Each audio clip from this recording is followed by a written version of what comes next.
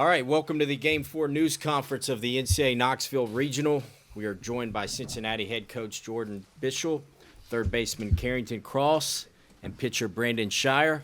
Coach will make an opening statement, and then we will go into questions. Raise your hand, and we will get a mic to you. Coach? Yeah, just tip of the cap to Coach Vitello, Tennessee. Swung the bats well, took advantage of they had a good hitting approach, didn't give away at-bats. We had a few free passes that bit us, but some of that's credit to them, too. Didn't chase a whole lot, and obviously three talented arms they ran out there. We knew they'd be good. We knew we'd have to play really, really well. We competed, but just didn't play our best baseball, and again, tip the cap to Tennessee. Questions. We'll start in the third row and then go back to fourth row. Coach, it seemed like there were multiple spots in the game where it kind of went south for you. Was there a biggest turning point that you might have recognized? No, I don't think so. Obviously, big innings win and lose a lot of these games. Yesterday, a 1-1 for us, and the 4 and the 6, took a really tight game and gave some breathing room. So, but even then, Brandon came out, could have blown it open, kept it where it was at, kept us in the game. But no, not really one spot. I think, they had chances to turn the lineup over because a lot of guys got on base, and we have to face, those guys 5 to 6 times. They're often going to do some damage. In the back. Coach, Quinton's had a pretty good tournament, thus far. What do you have to say about his approach and the way he's played?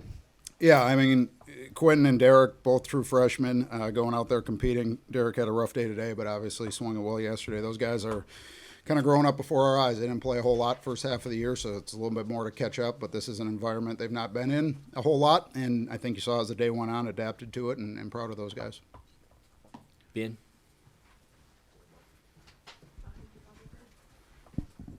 Coach, just what you see from Marcus Phillips, I guess, on tape coming in, and then what you see, I guess, think about it in person. Yeah, big dude that throws hard and was throwing a lot of strikes and has a good slider. I mean, he can ask Carrington probably more than me, but we knew he'd be tough. There's a reason he's projecting the top 50 picks in the draft, and I give him a lot of credit. He's worked really, really hard over the last probably 3-4 weeks at stopping the running game. We were still able to do some things, but he made it a lot harder. Takes a lot of work. Give him a lot of credit. They've worked hard with him, and he did a nice job. Second row. Coach, what's the status of Landon? He's hurt. Day to day, like he's been for 2 weeks. Hopefully he can get back out there tomorrow, but when you're dealing with a middle of the body injury that in a sport that requires a lot of rotation, it's tough. What I know is if he feels like there's any chance he can really help this team, he's going to be out there, but he's not going to put himself out there if he can't help us. And today just wasn't able to go. We'll see how he feels tomorrow. Scott, here on the second row. Get a mic to you. Do you know who you're going to go with tomorrow? Or yeah, it should be Carson Marsh, I would anticipate. So all hands on deck once you get to elimination day, but I'll sit down and talk with the coaches about guest Carson Marsh. What about the quick turnaround? Have you done this? Yeah, well, I grew up playing and coaching Division III ball. You're lucky if you get 14 hours between games. Usually you get 25 minutes, so this is a long rest. But no, I mean, in the league you get things like travel curfews and you got to turn around quick some days. So this is, if we're not excited to play baseball in the NCAA tournament, then we got a lot bigger problem than how many hours we slept. Ryan up front. Talked about Marcus doing a better job handling the running game. What specifically was different about him doing that compared to some of what you saw on tape? Well, he's just gotten a lot quicker to the plate. When it takes less time to deliver the baseball, we have less time to steal the base. And we still did some good things. Obviously took a bunch of bases, but they combated it well, too. And he sequences pickoffs well and, put a lot of time into it. Credit to him. Third row.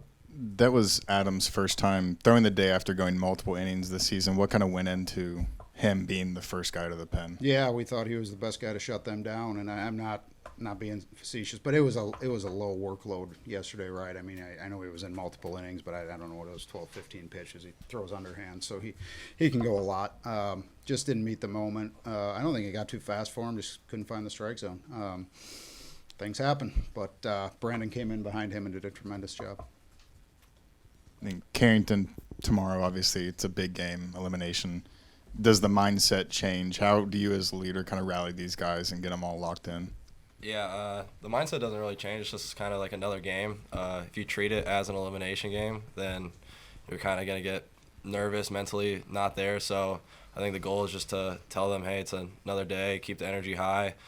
who wants to be out there the most. And if we just play our style and want to be there, I think you're going to see the results at the end. But if we treat it like an elimination game, we're cooked from the start. Carrington's played about 110 games in front of me that he plays everyone like it's an elimination game, so nothing's going to change there, and guys will feed off of that. Back row. Brandon, you were out there for 3 2/3 tonight. Talk about attacking these Tennessee hitters. What goes into it? Yeah, it's a really good lineup. We all knew that coming in, but kind of talked in our pitchers meeting this morning. It's kind of a good matchup for me specifically, just because of how I throw in some of my stuff. But no, credit to them. They made it really tough on me. Even some of the guys that I just felt like every guy was 2-2 or 3-2 every at bat. So they're a really good lineup. Knew that coming in, but just trying to attack the zone, just try to keep us in it there. So. Scott. Carrington, how was Phillips facing Phillips? I thought I was seeing the ball pretty well. I mean, he's got good stuff. Fastball is cutting pretty good.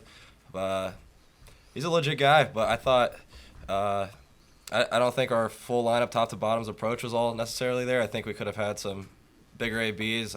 We definitely took our walks. We struck out a little bit too much, but overall he's a good pitcher. I mean, we knew going in that it was going to be tough and we are going to have to grind, and he beat us today. I mean, it's plain and simple as that.